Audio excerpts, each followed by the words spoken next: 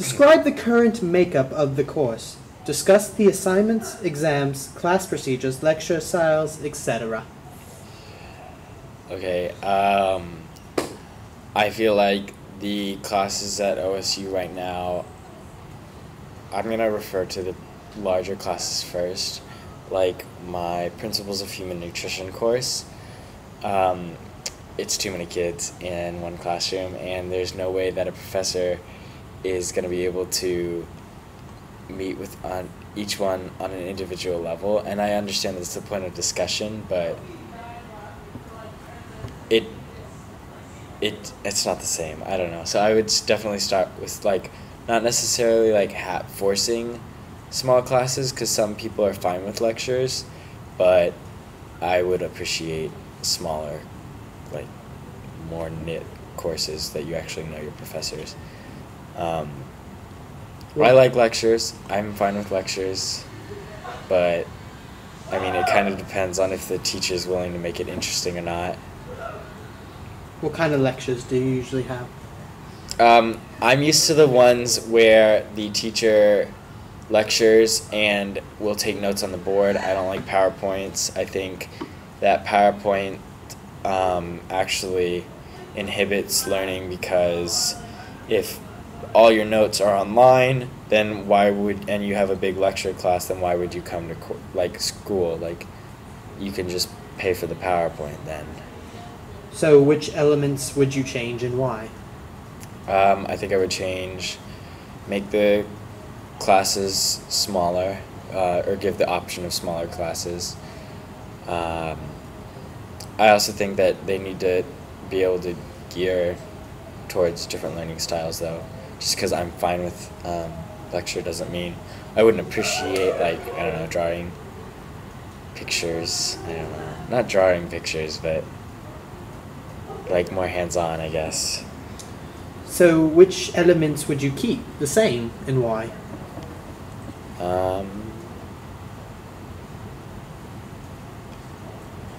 I think the elements I would keep would be the teacher's personal style, which contradicts my last answer, but I think that a professor should be able to teach how they want to, as long as they can teach how they want to as long as it's accommodating of the different learning styles that we were discussing in this creativity in you class. All right. Describe your perfect learning environment. Make it ideal. How do you utilize your learning style and academic strengths?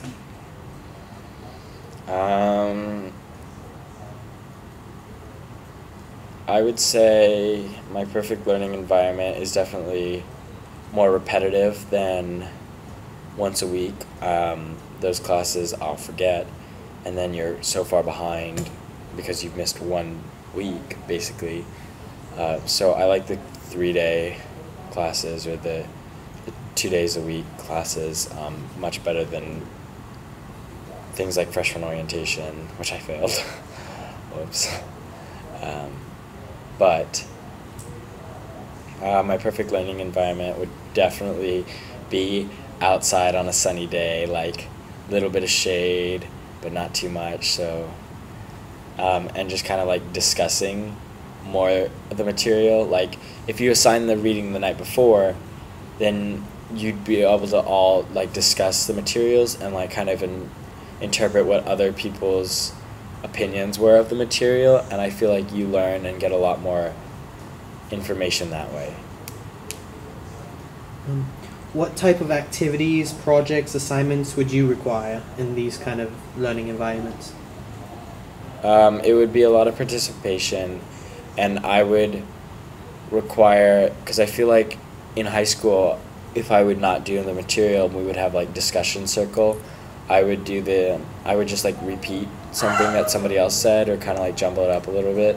And I think as a teacher, I would require that they add on, like give their own opinion of the thing, not just like, my questions wouldn't be what happened in the book, or how do you find this? It would be, I mean, of course you would ask that, but at the same time, you would have to ask more in-depth questions like, what was your opinion of this? And this way each individual is going to give a different answer. Would you prefer a visual, or would you rather listen to a lecture? I like listening to lectures. I think it gives you more in depth of what the professor wants, and like they're the ones talking and it's not some notes that somebody else made. So listening, but I'm an auditory learner, so. Do you believe the professor should have the freedom to teach their course in whichever way or manner they see fit, or should they be required to include more creative techniques? I think that they should be able to teach however they see fit. I think a lot of teachers have been teaching the subject for a long time, and like we discussed, it's like a cycle though, because that's how they learned to, that's how they were taught, so that's how they assume they should teach, and it just kind of keeps looping. So I definitely think that changing that up would be a good thing by including more creativity, but at the same time, you shouldn't just be like, this is how you had to teach, you have to make them play games, you have to, because then it's not creative anymore, it's back to a system. All right. Well, that's all we have for you today. Oh, well, thank you very much. Nice to meet you.